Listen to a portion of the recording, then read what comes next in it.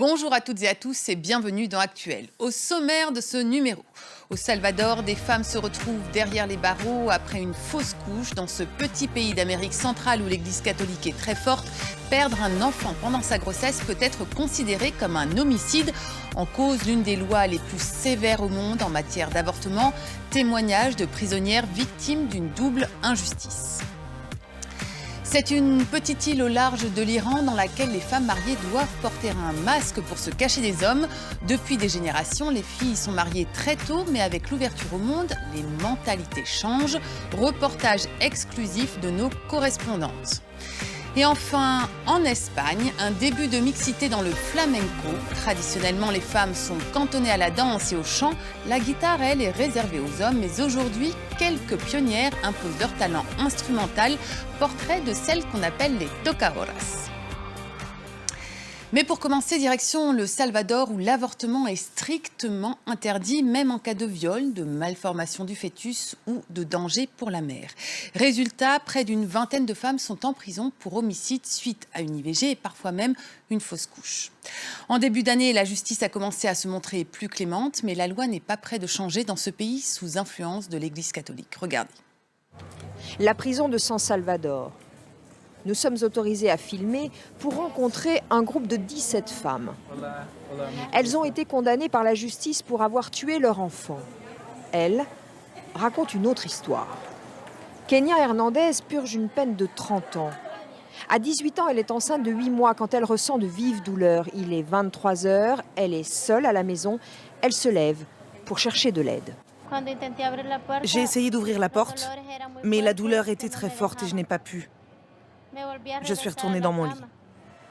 Par téléphone, elle appelle les secours qui n'arrivent pas. J'ai senti que le bébé arrivait. J'ai eu peur.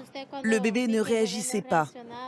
Je ne savais pas quoi faire, je me suis levée avec lui et j'ai coupé le cordon ombilical avec un couteau. Transportée à l'hôpital, Kenia Hernandez perd connaissance. À son réveil, elle est accusée d'avoir tué l'enfant. C'était mon premier bébé et j'ai essayé de trouver de l'aide.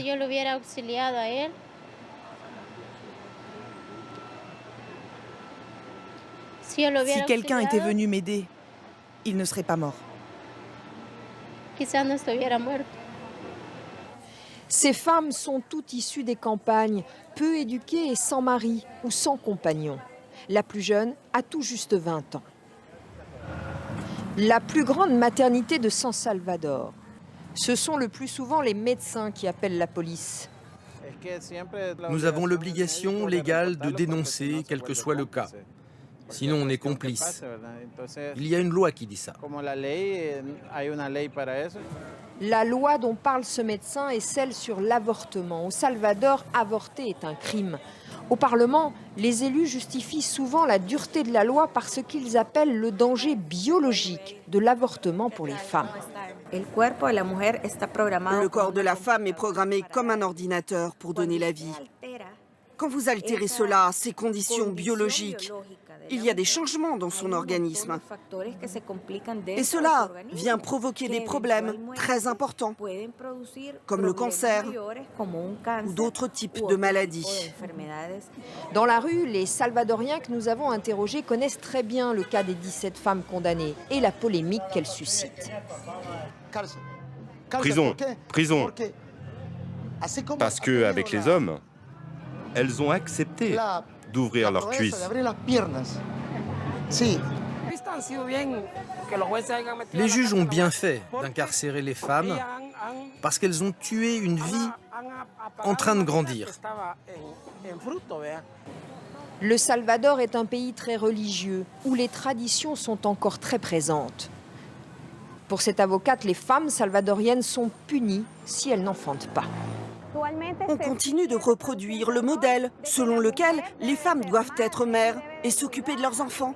Et si jamais il y a une raison naturelle, indépendante de leur volonté, qui ne leur permet pas d'être mères, elles deviennent coupables de ne pas avoir été au bout de leur grossesse.